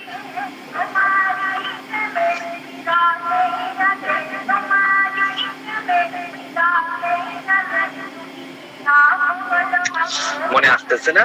তো পেশেন্ট হচ্ছে কি এতটা ওভার সেন্সিটিভ যে তাকে আমি মনে হচ্ছে আর্নিকা দিয়েছিলাম। আর্নিকার মধ্যেও পেনের প্রতি ভয় প্রচন্ড, পেন, সামান্য পেন পর্যন্ত সে সহ্য করতে পারে না। রাইট। কেসটা খুব ভালো কেস ছিল, মানে মানে 6 মাস পেশেন্ট অ্যামলারেশনের মধ্যে এসেছিল, 200 শক্তি একটা ডোজ নেওয়ার পরে। কেসটা আমার মনে আসতেছে না। তো যাই হোক, তো পেনের প্রতি অতিরিক্ত সেন্সিটিভিটি, তার একটা সমস্যা ছিল, সে আমাকে বলছিল ডাক্তার আমি এটা অপারেশন, হ্যাঁ কিডনি অ্যাক্টপিক কিডনি, অর্থাৎ কিডনির অ্যাক্টপিক হয়ে গেছে, অর্থাৎ কিডনি যে জায়গা, এটা রিসেন্ট কেস, এখন তার ফলো আপ আসেনি, সরি। তো কিডনি যে জায়গায় থাকার কথা, বাম দিকের কিডনিটা সরে গিয়ে পেলভিক রিজিয়নে চলে গিয়েছে এবং ওই যে কিডনির যে ফোসা, যে জায়গাটা থাকার কথা, সেটার মধ্যে একটা গর্ত সৃষ্টি হয়ে গেছে। এতটা ভয়ঙ্কর কেস। তো আমি তাকে জিজ্ঞাসা করলাম যে আপনি অপারেশন করেননি কেন? বলছে ডাক্তার অপারেশন করার সাহস নাই, আমি জীবনে কোনোদিন ইনজেকশনও নিই নাই। আমি বলি এই যে আপনি এত কিছু, তা শুধু অ্যাক্টপিক কিডনি আছে তা নয়, ডান দিকের কিডনিতে আবার হাইপারট্রফি আছে, আবার লিভারের মধ্যে আবার হেপাটোমেগালি আছে। এরকম একটা সিরিয়াস কেস আমার কাছে কয়েকদিন আগে এসেছিল। আমি তাতে কি একটা মেডিসিন দিলাম, টপিক প্রেগনেন্ট, ইয়েস লাইসিনাম, হাইড্রোফোবিনাম দিয়েছিলাম তাকে আমি। এক্ষেত্রে আমাকে সব থেকে একটা গুরুত্বপূর্ণ পয়েন্ট ছিল যে লাইসিনামের পেশেন্ট, যেটা হাইড্রোফোবিনামের পেশেন্ট হয়, তাদের সেন্সিটিভিটি অতিরিক্ত পরিমাণে হাই থাকে। সেখানটায় সবকিছু পয়েন্ট ছিল ল্যাকেসিসের, কি আর ফসফরাসের, কিন্তু দুইটা পয়েন্ট থেকে আমি তাকে লাইসিনাম দেওয়ার মতো সাহস পেয়েছিলাম আর কি। তো এই ক্ষেত্রে সব থেকে গুরুত্বপূর্ণ ব্যাপার যেটা ছিল, এই যে তার পেনের প্রতি অতিরিক্ত সেন্সিটিভিটি, যে ইনজেকশন পর্যন্ত নেওয়ার সাহস পায় না, এত বড় বড় রোগ গিয়েছে, ডাক্তারদের হাতে পায়ে ধরে কান্নাকাটি করেছে, ডাক্তার আমার ট্যাবলেট দেবেন না, আমার ট্যাবলেট দেন, আমি ট্যাবলেট খাবো, আমার ইনজেকশন দিবেন না, আমি পেন সহ্য করতে পারবো না। অপারেশনও করতে আমি বলতেছি যে আপনি অপারেশন করে নিলে আপনার ভালো হইবে, তো তিনি বলতেছেন আমি অপারেশন করাবো না, তাতে আমি মরে যাই, যাবো, কোনো অসুবিধা নেই, আমি পেন সহ্য করতে পারবো না। ডাক্তার কেন অপারেশন করবে না কেন? না, ভয়ঙ্কর পেন হবে, বিরাট যন্ত্রণা, ও যন্ত্রণা আমি সহ্য করতে পারবো না, ফিয়ার অফ পেইন। গুরুত্বপূর্ণ যেটা পয়েন্ট ছিল এই কেসের মধ্যে, যেটা প্রাসঙ্গিক নয়, তারপরে আপনাদের সঙ্গে বলি, ব্রাদারহুড সেন্সেশন লাইক ফসফরাস। যদি কেউ কোনো টাইপের কান্নাকাটির আওয়াজ বা কেউ যদি কোনো দুঃখের কথা বলে, সে বলে জাস্ট আমি ওটাকে যেন ফিল করতেছি নিজের মধ্যে, এতটুকু তার মধ্যে সিম্প্যাথেটিক নেচার ছিল, যে সে অন্যের কষ্টকে নিজের কষ্টের মতো করে অনুভব করতে পারে। এই এবিলিটি কিন্তু 1000 পেশেন্টের মধ্যে একজনের থাকে, সেম টু সেম ফিলিং হয়। আর তার মধ্যে একটা গুরুত্বপূর্ণ মাইন্ডের সিম্পটম ছিল ভিভেসিয়াস ড্রিমস, অর্থাৎ সে যা কিছু স্বপ্ন দেখে সেটা সত্যি হয়। এই পর্যন্ত যে কটা মরে যাওয়ার ঘটনা সে দেখেছে, সেই কটাই সত্যি হয়েছে। ভিভেসিয়াস ড্রিম অর্থাৎ তার মাইন্ডের সেন্সিটিভিটি এতটুকুই বেশি যে কোনো নিকট আত্মীয় তার মারা গেলে তার মধ্যে এতটুকু সেন্সিটিভনেস আছে যে সে সেটাকে স্বপ্নের মধ্যে ফিল করে ফেলতে পারে, তার আপনজনের কষ্টটাকে। রাইট, এরকমই একটা পেশেন্ট আমি পেয়েছিলাম, অদ্ভুত একটা স্বপ্নের ব্যাপার ছিল। এর আগের দিনে বলেছিলাম আমি হয়তো ভিভেসিয়াস ড্রিমস এর কথা বলতে গিয়ে, যে তার মাকে তার বাবা খুন করছে, তার বাড়ি হচ্ছে 2 কিলোমিটার দূরে, শ্বশুর বাড়িতে থাকে মেয়েটা। সেই রাতের মধ্যে, রাত 10টা-11টার মধ্যেই সে চলে আসে যে কোনো প্রকারে বাড়িতে, এসে সেই খুনটাকে সে নিজের হাতে আটকায়। Vivacious dream. তো যাই হোক, আমি পেনের ব্যাপারে বলতেছিলাম, pain, odour, any other physical or mental stimulant. কেউ তো অল্প চিন্তাতেই ভেঙে, মেনটা শুধু যে ফিজিক্যালি ব্যাপারটা নয়, মাইন্ডের ব্যাপারও কেউ কেউ দেখবেন অল্প চিন্তাতে ভেঙে পড়তেছে। আমার কাছে কয়েকদিন আগে একটা পেশেন্ট এসেছে, যাকে আমি ক্যালকেরিয়া ফর্স দিয়েছিলাম। সেই বাচ্চাটার পরীক্ষা বলছে, তার মা বলছে কেজি স্কুল থেকে, মানে একদম যখন থেকে সে পড়াশোনা শুরু করেছে, যখনই পরীক্ষা আসবে সঙ্গে সঙ্গে তার জ্বর আসবে, তার 1 সপ্তাহ আগে তার জ্বর আসবে। বলছে এমন একটা বছর যায়নি, সে বর্তমানে 9 বা 8 পড়তেছে, সে একটা দিন মানে হচ্ছে কি তার মানে জ্বর কমায় দেয়নি, পরীক্ষার জাস্ট আগে তার জ্বর আসবে। খুবই ব্রিলিয়ান্ট পেশেন্ট, কিন্তু তারপরেও তার মধ্যে এই পরিমাণে ফিয়ার অফ এক্সামিনেশন আছে এবং এক্সামের আগেই তার জ্বর আসবে। এটা একটা মাইন্ডের স্টিমুলেন্ট বা একটা ঘটনা, একটা স্ট্রেস। এই স্ট্রেসটাকে তার বডি এইভাবে রিফ্লেক্ট করে ফিভারের মাধ্যমে। আমরা জেলসেমিয়াম, আর্জেন্টিকাম, নাইটিকাম, এই সমস্ত মেডিসিন গুলোকে আমরা জানি এই ক্ষেত্রে গুরুত্বপূর্ণ মেডিসিন হিসেবে, তাই না? তো জেলসেমিয়ামের মধ্যে এইরকম ফিয়ার, আর্জেন্টিকাম, নাইটিকাম ফিয়ার অফ অর্ডিয়েলস, তার যেন অগ্নি পরীক্ষা হইবে, এরকম একটা ব্যাপার।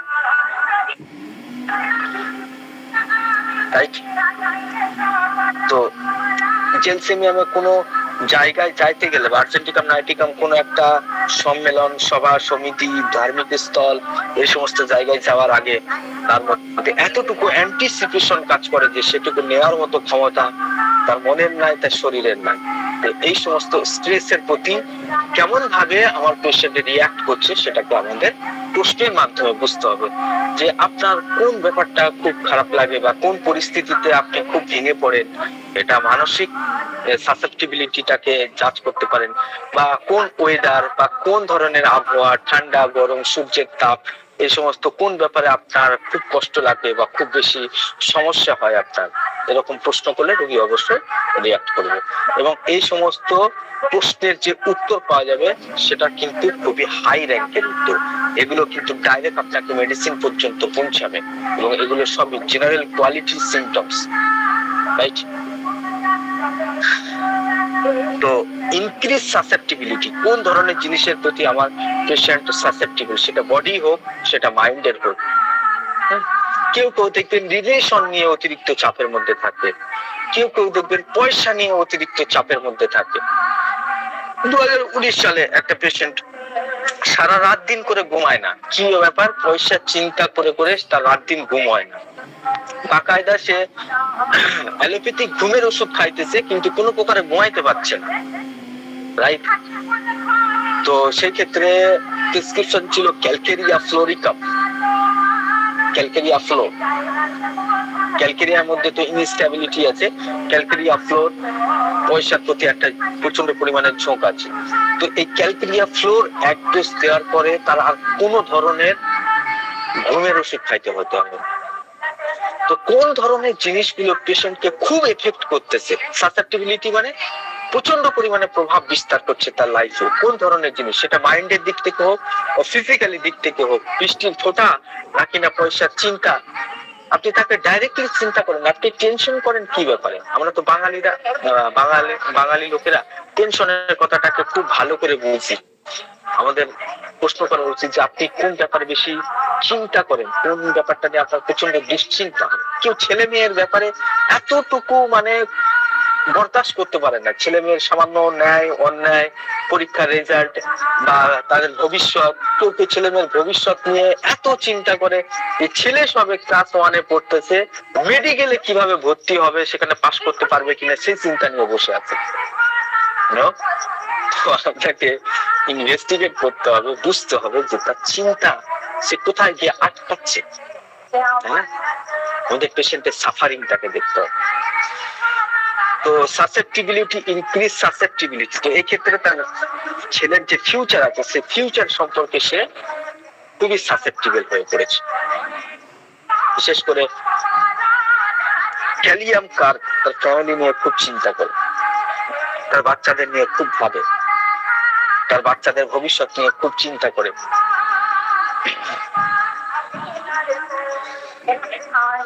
রাইট?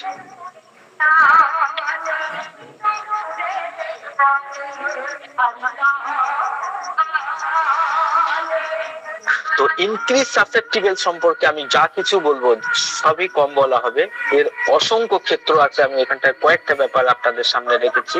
এই যে ইনক্রিজ সাসেপ্টিবল আছে, এই চ্যাপ্টারটাকে আপনাকে ভালো করে দেখতে হবে, রোগীর মধ্যে ভালো করে দেখতে হবে যে ইনক্রিজ সাসেপ্টিবিলিটির মধ্যে কি কি রোগীর মধ্যে পড়তেছে। Sound, noise, pain, odour, winter, rain, draft, cold air, কিসের প্রতি সে বেশি সাসেপ্টিবল, এটাকে আপনি একটু বের করার চেষ্টা করুন।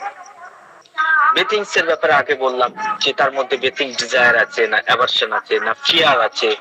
হ্যাঁ, আবার অ্যান্টিয়াম ফ্লুইডের বাচ্চাদের মধ্যেও আপনি দেখবেন যে তাদের হচ্ছে কি ঠান্ডা পানিতে নামলেই যে একটা ছ্যাক করে ঠান্ডা লাগে, ওই জন্য ছোট ছোট বাচ্চাদের আপনি গোসল করাবার সময় দেখবেন তারা খুব জোরে জোরে কান্নাকাটি করে। হ্যাঁ, তো ফিয়ার আছে, এখানটা ফিয়ার আছে, সালফারেরও ফিয়ার আছে, অ্যাভারশন আছে। তো আবার কেউ কেউ কোন ইন্ডিভিজুয়াল এমন আছে যারা হচ্ছে কি অ্যাগ্রাভেশন হয়, গোসল করলে তাদের সমস্ত কষ্ট বেড়ে যায়, আবার কারো কারো অ্যামলারেশন হয়। হ্যাঁ, তো ব্যাপারে ডিজায়ার, অ্যাভারশন, ফিয়ার, অ্যাগ্রাভেশন হয় না অ্যামলারেশন হয়, এগুলো সবই স্পষ্টভাবে জানার চেষ্টা করে। আপনি রোগীকে গোসলের সম্পর্কে জিজ্ঞাসা করেন যে আপনার গোসল করলে কোনো সমস্যা হয়, গোসল করতে আপনার পছন্দ, আপনি কেমন ভাবে গোসল করেন। বেশিরভাগ রোগী মান সম্মানের এখানে একটা ভয় করে, বিশেষ করে বাঙালিরা। তারা ভাবে যে ডাক্তার যদি জানে যে আমি গোসল করি না তাহলে একটা লজ্জাজনক ব্যাপার, সেটা লুকাইবার চেষ্টা করে। তো আপনি তাকে সেই মতো প্রশ্ন করেন যে আমরা তো মাঝে মাঝে যদি দেখেন যে পেশেন্ট অনেক কিছু হাইড করতেছে, তাকে সেইভাবে প্রশ্ন করেন। আমরা তো অনেক সময় অতিরিক্ত শীত হলে আমরা গোসল করি না, তো 2-4 দিন গোসল করাও কোনো, না করাও কোনো অন্যায় ব্যাপার নয়। তো আপনি কেমন ভাবে গোসল করেন? যদি আপনার মনে হয় যে পেশেন্ট চিলি, তখন বেথিংস এর ব্যাপারটা একটু কায়দা করে রাখবেন। আমরা সমস্ত কিছু প্রশ্ন করি, কিন্তু অনেক সময় আমরা ক্লথিংস এর ব্যাপারটাকে ছেড়ে দিই, যে জামা কাপড় পরিধান সংক্রান্ত ব্যাপারে কোনো প্রশ্নই করি না। কিন্তু আমাদের এটা ভালো করে দেখার দরকার আছে এবং অবজারভেশনও করার দরকার আছে যে পেশেন্ট কি ধরনের কাপড় চোপড় পরে আসছে, সেটা কি খুব টাইট ফিটিংস, না একদম লুজ, নাকি না মোটামুটি ঠিকই আছে।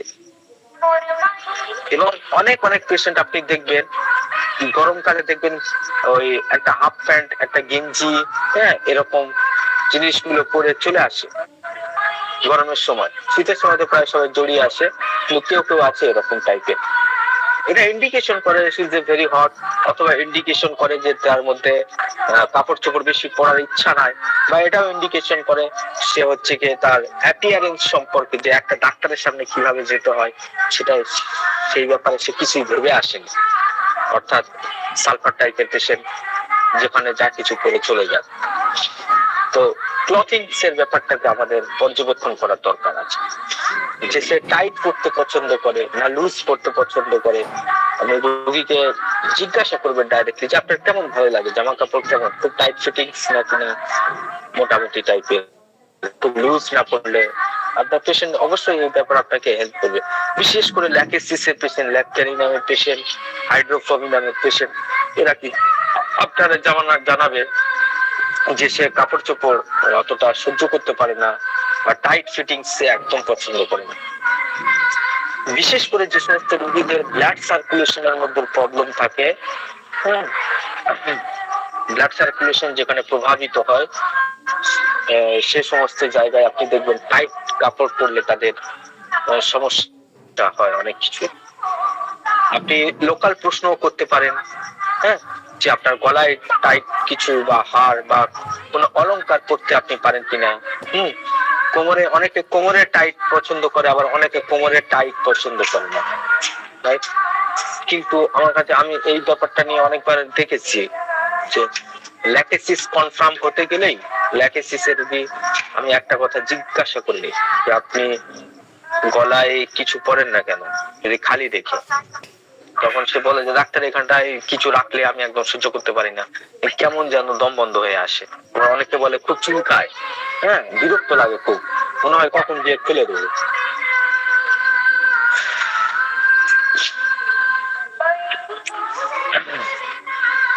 ছোট ছোট বাচ্চা আপনার ক্লিনিকে আসার সময়, আপনার বাবা মায়ের সঙ্গে আসার সময়, বাবা মা অনেকে এসে আপনাকে বলবে যে আমার বাচ্চা এত শীত পড়েছে তারপরেও সমস্ত কিছু লাথি মেরে ফেলে দেয়। এমনি বাচ্চাদের একটু গরম বেশি হয়, কিন্তু অনেক বাচ্চা আছে যারা চাপাচুপি দেওয়াটাই সহ্য করতে পারে না। মানে খুলে, মানে যতই আপনি চাপা দেন আর যতই শীত থাক, আপনি তাকে কিছুতেই করিয়ে রাখতে পারবেন না কিছু, সে সব কিছু খুলে ফেলবে। তো এখানটায় তার ক্লথিং ইনটলারেন্স বা ইনটলারেবল। কোনো কোনো রোগের ক্ষেত্রেও আপনি দেখবেন সেখানটায় খোলা রাখতে ভালো লাগতেছে, আবার কোনো কোনো জায়গায় চাপা দিয়ে রাখতে ভালো লাগছে। যেমন আগের কেসটা আমি বললাম যে তার সায়াটিকার প্রবলেম, সেই পাটাকে চাপা দিয়ে রাখলে সে খুব ভালো বোধ করছে, কিন্তু অন্য জায়গায় সে পাখার হাওয়া চাইতেছে। জেনারেল মোডালিটিস এর মধ্যে এবার আমরা চলে যাব, এগুলো তো গেল ক্লথিং, বেথিং আর সাসেপ্টিবল সম্পর্কে থার্মাল রিঅ্যাকশন ব্যাপারে। এবং আজকের 19 নম্বর পয়েন্টটাই হচ্ছে আমার লাস্ট পয়েন্ট। 20 নম্বর পয়েন্টটা, 31 হয়ে গেছে, ঠিক আছে। আমরা 20 নম্বর জেনারেল মোডালিটিসটাকে আমরা নেক্সট ক্লাসে কন্টিনিউ করব। এই জেনারেল চ্যাপ্টারের মধ্যে যত মোডালিটিস গুলো আছে, সেই মোডালিটিস গুলো আমাদের কি প্রশ্ন করতে হবে, কেমন ভাবে করতে হবে, সেখান থেকে কি গুরুত্বপূর্ণ রুব্রিক্স বা কি গুরুত্বপূর্ণ সিমটমস গুলোকে আমরা পর্যবেক্ষণ করব, অবজারভেশন করব সেগুলো, এবং সেখানে কেমন ভাবে প্রশ্ন করতে হবে সেগুলোর ব্যাপারে আমরা নেক্সট ক্লাসে আলোচনা করব। আজকের যে পর্যন্ত আলোচনা হইলো সেগুলো নিয়ে একটু আলোচনা হয়ে যায়।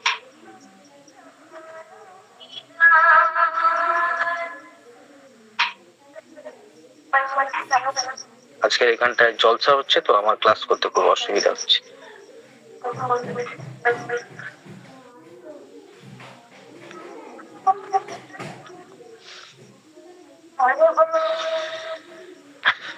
যে সমস্ত ব্যক্তিরা ফ্যানের হাওয়া টাওয়া বা খুব যেখানটায় হাওয়া বাতাস চলতেছে সেই জায়গায় থাকতে পারে না, সে সমস্ত পেশেন্টের জন্য আমরা এরোব্রিক্সটাকে ব্যবহার করতে পারি, এয়ার ড্রাফট অফ অ্যাগ্রাভেশন। আবার অনেকে যেমন সেকেলি কর্টি বা কুলিনাম, এই সমস্ত পেশেন্ট আবার অ্যামেলারেশন হয়, রাইট। কোল্ড ইয়ারে অ্যামেলারেশন হয় পালসেটিলা, রাইট। ওপেন ইয়ারে অ্যামেলারেশন হয় পালসেটিলা। আবার কোন কোন সময় যেটা অনেক সময় আপনি দেখবেন যে জ্বরের মধ্যে বা অন্য কোনো রোগের মধ্যে পেশেন্ট একদম বাতাস নিতে পারছেন না, পুরো চাপা দিয়ে রেখেছে, কমপ্লিটলি ভাবে নিজেকে চাপা দিয়ে রেখেছে। ইভেন যদি দরজা জানলা বন্ধও থাকে তারপরে রোগী বলে যে আমার শীত লাগতেছে, কোথাও থেকে জানলা থেকে হাওয়া আসতেছে, দরজার নিচে থেকে হাওয়া ঢুকতেছে, এতটুকু যদি হাওয়ার প্রতি সেন্সিটিভ হয়ে যায়, দেন আমরা তখন এই সিমটমসটাকে আমরা ব্যবহার করতে পারি। সেন্সিটিভ যে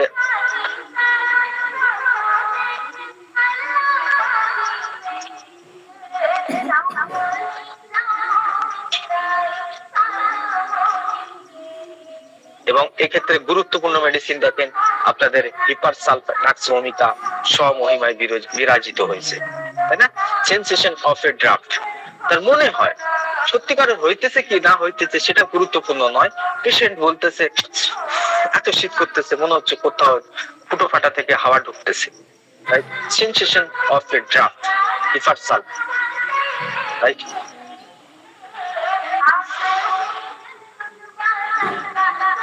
এছাড়াও আরো অন্যান্য মেডিসিন আছে, ম্যাক্সপোমিকা, মেজেরিয়াম, জিঙ্কাম, মেটালিকাম, চিলিডোনিয়াম, চায়না। এরা হচ্ছে কি রোগের মধ্যে হোক বা সাধারণ অবস্থায় হোক, এরা হচ্ছে কি এয়ার ড্রাফটটাকে নিতে পারে না।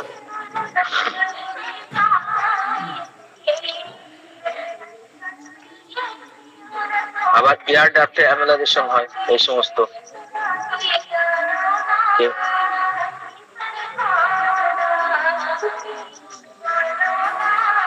ব্রিথিং এর ব্যাপারে যেটা বলেছিলাম, ব্রিথিং অ্যাগ্রাভেশন হইতেছে, সালফার এখানটায় স্বমহিমায় আছে। দেখেন সালফার ছাড়া আমাদের আরো কতগুলো মেডিসিন আছে দেখুন, যারা স্নান করলে তাদের সমস্ত সমস্যা বেড়ে যায়, রাইট। রস্টক্স, সিপিয়া, ক্যালকেরিয়া কার্ব,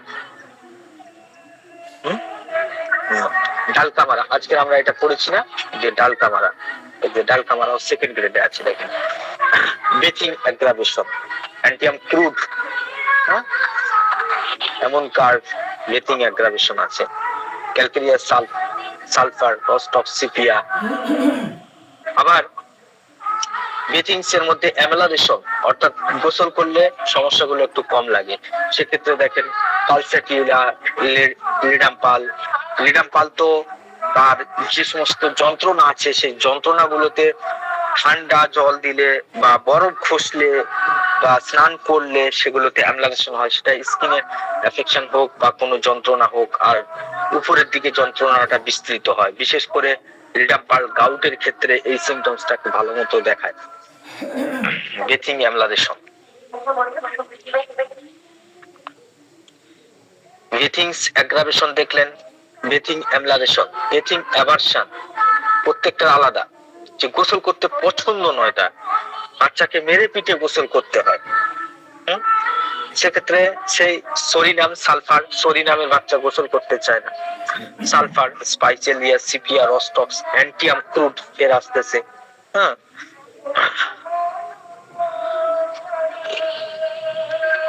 গোসলে ভয় লিখলে কিন্তু অ্যাভারশন চলে আসতেছে। এবারে হাইড্রোফোবিয়া, ডার্টি ক্রস রেফারেন্স আছে।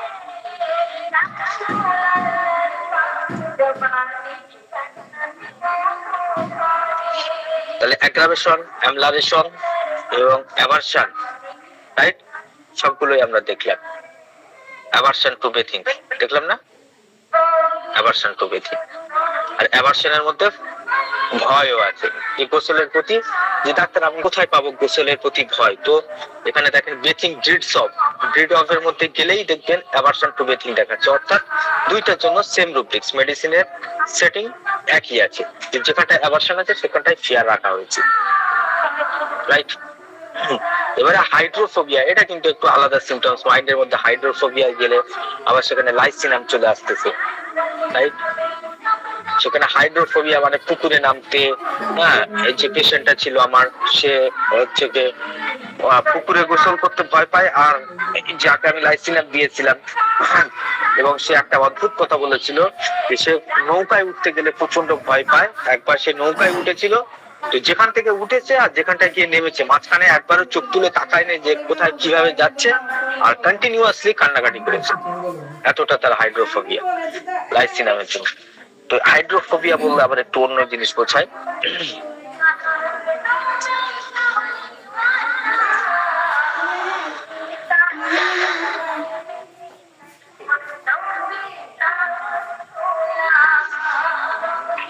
তাহলে বেথিং চ্যাপ্টারটা আমরা ক্লিয়ার করতে পারলাম। সমুদ্র অনেকে খুব ভালোবাসে, এটা কালকেকার চ্যাপ্টারের মধ্যে আছে, তবুও আজকে দেখিয়ে দিচ্ছে। কোন কোন ব্যক্তি আছে পুকুরে গোসল করলে ঠিক আছে, কিন্তু নোনা জল বা সমুদ্রের জলে স্নান করলে তাদের সমস্ত কষ্ট বেড়ে যায়। এর মধ্যে আর্সেনিকাম, জিঙ্কাম, মিউরেটিক অ্যাসিড, ম্যাগনিওর, এই সমস্ত আছে। ক্লথিং এর ব্যাপারটা দেখেন, ক্লথিং ইনটলারেন্স, যে সমস্ত বাচ্চা জামা কাপড় গায়ে রাখতে চায় না, বা কোন কোন রোগের ক্ষেত্রে রোগী, আমরা একটা ক্যান্সারের পেশেন্ট দেখেছিলাম, তার মনে হচ্ছে জামা কাপড় সবসময় আমি দেখতাম যে সে যতটা কম শরীরটাকে আবৃত্ত রেখেছে, সেখানে জ্বালা যন্ত্রণা হয়তো প্রচন্ড হয়, জ্বালা করে, ওই জন্য জামা কাপড় অতটা গায়ের মধ্যে থাকে না, আমি দেখেছি তারে অনেকবার। তো ইনটলারেন্স, সেখানে আমরা এই সিমটমসটা নিতে পারি, ক্লথিং ইনটলারেন্স অফ। তো এক্ষেত্রে দেখেন চিলি মেডিসিন ক্যালকেরিয়া কার্বো আছে, তাই না? ক্যালকেরিয়া কার্বো সেখানটায় আছে। তো অর্থাৎ ক্যালকেরিয়া কার্ব চিলি হলেও অনেক সময় জামা কাপড় গায়ে রাখতে চায় না, গরম লাগলেই যে জামা খুলে দেবে, এই একটা যুক্তি দিলে এখানে ক্যালকেরিয়া কার্ব, তারপরে কার্বোভেজ, এই সমস্ত মেডিসিন কি করছে, তাই না? তারপরে আমাদের সিপিয়া চিলি মেডিসিন আছে এখানটায়, হিপার সালফ, মোর চিলি পেশেন্ট। তো গরম হোক আর যাই হোক, তার জামা কাপড় অতটা সহ্য করতে পারে না। তো নাক্সভমিকা এখানটা চিলি মেডিসিন হিসেবে আছে, ইনটলারেন্স, কিন্তু এরা জামা কাপড় খুব একটা পছন্দ করে না। কেউ কেউ আছে cover aggravation, clothing and cover খুবই কাছাকাছি সিমটমস, কিন্তু মেডিসিনের সেট আলাদা, তাই না? কভারস এর মধ্যে কভার বলতে এখানটায় বিছানার চাদর টাদরের কথা মনে হচ্ছে সম্ভবত বলতেছে, যেখানটা প্রপারলি ভাবে কাভারিং হয়ে যায়। যেমন এখানটায় তো ক্লথিং ইনটলারেন্স বলতে সে কোনো কাপড় চোপড়, মানে সে ইনার যে কাপড় চোপড় গুলো আছে, যেগুলো আমরা যেগুলো মানে ভিতরে পরি আর কি, অত্যন্ত পাঞ্জাবি, পায়জামা, প্যান্ট শার্ট, প্যান্ট, হ্যাঁ, বা জাঙ্গিয়া, যেগুলো আমরা পরি, এগুলো তো পরে থাকতে পারে অনেকে, কিন্তু এমন কিছু কিছু ব্যক্তি আছে তারা হচ্ছে কি, যদি সেগুলো পছন্দ, মানে পরা না পছন্দ করে, হাফ প্যান্ট পরে আসতেছে, দেন আমরা তখন ক্লথিং ইনটলারেন্স এর কথা চিন্তা করবো। সেখানে ক্লথিং ইনটলারেন্স, কভার অ্যাগ্রাভেশন কিন্তু একটা আলাদা ব্যাপার হইতেছে এখানটায়। কভার অ্যাগ্রাভেশন মানে মহিলাদের ক্ষেত্রে আপনারা দেখবেন যে তারা জামা তো ঠিকঠাক পরে নিচ্ছে, চুড়িদার, কামিজ বা শাড়ি সবকিছু পরে নিচ্ছে, কিন্তু উপর থেকে যে বোরখাটা পরলে তাকে যেটা আবৃত্ত করে ফেলবে প্রপারলি ভাবে, সেটা কিন্তু পড়তে গেলে খুব কষ্ট হয়। মানে প্রপারলি কভার হয়ে যাবে, চোখটুকু খোলা থাকবে, আর বাকি পুরো বডি আচ্ছাদিত হয়ে যাবে। ঠিক সেরকম ভাবে বিছানার মধ্যে যখন যাচ্ছে, তখন অনেকে দেখবেন নাক মুখ চাপা দিয়ে একটা চাদর দিয়ে পুরো বডিটাকে ঢেকে ফেলতেছে, আবার অনেকে শীত লাগতেছে কিন্তু কাভারিং করতে পারছে না, পুরো শরীরটাকে সেই চাদরের নিচে বা কাঁথার নিচে নিয়ে যেতে পারছে না, তার ভালো লাগছে না, তার দম বন্ধ লাগতেছে, এরকম একটা ফিলিংস আসে। হ্যাঁ, তো কাভার অ্যাগ্রাভেশন সেখানটায় হইতেছে, তাই না? এখানটা এই জন্য ক্লথিং ইনটলারেন্স আছে না কাভার অ্যাগ্রাভেশন আছে সেটা দেখতে হবে। দেখা যাচ্ছে বাচ্চাকে মুড়ি দিয়ে দিলে, মানে যেটাকে কাভার মানে এখানে মুড়ি দেওয়া, মুড়ি দিয়ে দিলে সহ্য করতে পারছে না, কিন্তু জামা কাপড় পরে ঠিকঠাক চলতেছে, কিন্তু মুড়ি দেওয়াটা সহ্য করতে পারছে না। এবং যদি কাভার করে রাখেন, অনেক বাচ্চা এই যে শীতকালে যেটার কথা বলতেছি, কিডসপ ছোট ছোট বাচ্চারা এবং ইভেন বয়স্ক লোকেরাও পর্যন্ত আপনারা দেখবেন যে তারা সবকিছু লাথি মেরে ফেলে দিচ্ছে, মানে ঘুমের মধ্যে হোক বা জেগে থাকা হোক, হ্যাঁ, লাথি মেরে ফেলে দিচ্ছে সমস্ত কিছু। ক্যামোমিলার বাচ্চাগুলো বেশিরভাগ এরকম টাইপের করে। ক্যামোমিলা এবং ব্রায়োনিয়া এখানটায় মেডিসিন আছে, কিন্তু এই সিমটমসটাকে ব্যবহার করতে গেলে মেডিকেটারটাকে ব্রায়োনিয়া এবং ক্যামোমিলাকে আরো ভালো করে স্টাডি করতে হবে। আর এই একটা সিমটমস এর উপরে প্রেসক্রিপশন যায় না। আর এই সিমটমস গুলো প্রয়োগ করতে গেলে খুব সাবধানতা অবলম্বন করতে। এখানে 2-3টে মেডিসিন আছে, আপনার মেডিসিন ভুল আসতে পারে ব্যাপারটার মধ্যে। একটু মডারেট টাইপের রুব্রিক্স বা মোটামুটি মেডিসিন আছে, এরকম রুব্রিক্স গুলোকে ব্যবহার করার দরকার। আবার কোনো রোগী আছে এমনও যারা কাভার ডিজায়ার করে, যেমন আর্সেনিকাম অ্যালবর কাভার ডিজায়ার করে, পালসেটিলা আবার লিখেছে, পালসেটিলা নাকি কাভার ডিজায়ার করে, হতে পারে ক্লস্টক্স টিউবাকুলিনাম এরা কাভার ডিজায়ার করে।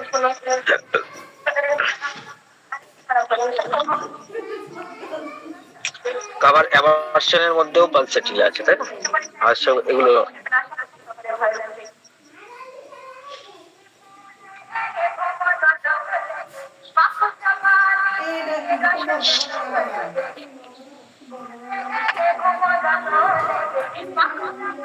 বর্তমান সময়ে যে সমস্ত সমস্যাগুলো হচ্ছে, একটা কথা বলি, এখানটায় আমার একটা স্যার বলেছিল যে আমাদের অ্যাকচুয়ালি আজকে এখানে জলসা হচ্ছে, তো ওই জন্য আমার কথার অনেক সময় কানে আসতেছে, কানে ভালো করে হেডফোন দেওয়া আছে, তারপরে চলে আসতেছে আওয়াজ, ওই জন্য আমার মনোসংযোগে একটু সমস্যা হইতেছে।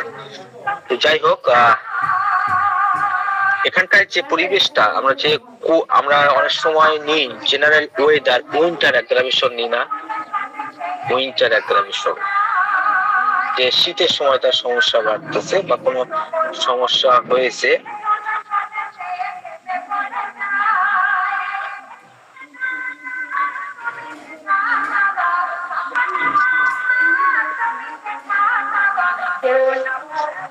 General season winter aggravation. Winter নিলে এখানটায় অনেকগুলো আমাদের ফার্স্ট গ্রেড মেডিসিন দেখাচ্ছে, এবং এটা কিন্তু পাশ্চাত্যের লেখা। এই যে মেট্রিয়া মেডিকার জন্ম কোথায় হয়েছে, বেশিরভাগ পাশ্চাত্যে এগুলো প্রুভিং হয়েছে, তাই না? তো সেখানকার উইন্টার সিজনের সঙ্গে আমাদের উইন্টার সিজনের একটা পার্থক্য আছে। তাই আজকাল ক্লিনিক গুলোতে এই রুব্রিক্সটাকে ব্যবহার করি, যে কোনো একটা সমস্যা হয়েছে, অ্যাকিউট সমস্যা হোক বা কোনো ক্রনিক সমস্যা উইন্টার সিজনে বাড়তেছে, দেন সিজন উইন্টার অ্যাগ্রাভেশন আমরা নিই। এবং এখানটায় এপোনাইটকে আমরা প্রচুর ব্যবহার করতেছি বর্তমান সময়ে। এপোনাইট আর কি ব্যবহার করতেছি আমরা, আর্সেনিকাম, রিপারসাল্ফ, ম্যাক্সোমিকা, রোস্টক্স, পালসেটিলা। এই মেডিসিন গুলো তো ডালকা মারা, যখন বৃষ্টি আসতেছে তখন, তো এই মেডিসিন গুলো আমরা প্রচুর পরিমাণে ব্যবহার করতেছি। কিন্তু অ্যাকচুয়ালি সেখানকার উইন্টারের সঙ্গে আমাদের উইন্টারের একটা ডিফারেন্স আছে। পাশ্চাত্যের যে উইন্টার সিজন, সেখানটায় কিন্তু ড্রাইনেস কম, সেখানটায় আর্দ্র বাতাস বেশি আছে। কিন্তু আমাদের যে পশ্চিমবঙ্গ এবং বাংলাদেশ এবং ভারতবর্ষ, এখানটায় উইন্টার সিজনে ড্রাই থাকে। ওই জন্য সব থেকে যথার্থ রুব্রিক যেটা হবে সেটা হচ্ছে ড্রাই উইন্ড। এইটা হচ্ছে শীতকালে আমাদের এখানকার শীতকালের প্রেজেন্টেশন। এখানে দেখেন কতগুলো ফার্স্ট গ্রেড রেমেডি চোখের সামনে থেকে চলে গেল। তো এখানটায় যে ওয়েদারটা বর্তমানে আছে সেটা কোল্ড আছে এবং ড্রাই আছে, তাই না? তাহলে এই সিজনে যে ঘটনাটা ঘটতেছে সেটার দিকে তাকিয়ে আমাদের যে অনেক সময় সিজন উইন্টার নিয়ে অনেকে বিপদের মধ্যে পড়ে যাবে। কিন্তু অ্যাকচুয়ালি সেখানকার উইন্টার আর এখানকার উইন্টারের পার্থক্য, এবং এখানকার উইন্টারের জন্য এটাই হচ্ছে সব থেকে সঠিক রূপ। This general weather, cold weather, dry, dry এবং কোল্ড ওয়েদার এখানকার উইন্টারের বৈশিষ্ট্য।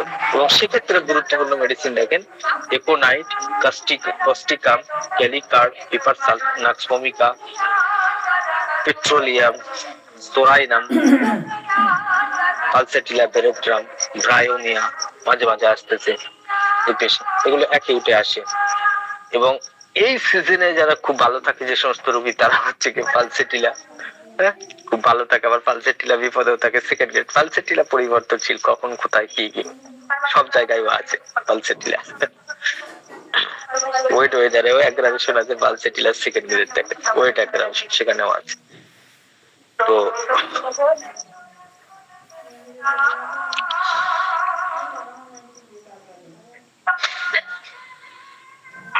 যারা ওয়েটের প্রতি নিজে আবহাওয়াতে খুবই বেশি পরিমাণে সেন্সিটিভ বা তাদের ভিজলেই কোনো একটা সমস্যা চলে আসতেছে, রাইট,